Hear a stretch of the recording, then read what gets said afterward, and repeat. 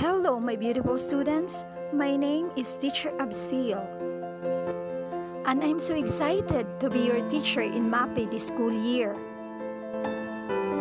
I'm approachable, funny, and friendly. I'm passionate about shaping your bright young minds. I am about to put the excitement back into school in this new kind of learning. My background in teaching and passion as content creator. So expect to learn a ton of great things. Our goal for this year, let's learn and enjoy this new normal. I can't already tell you, all have the awesome factor.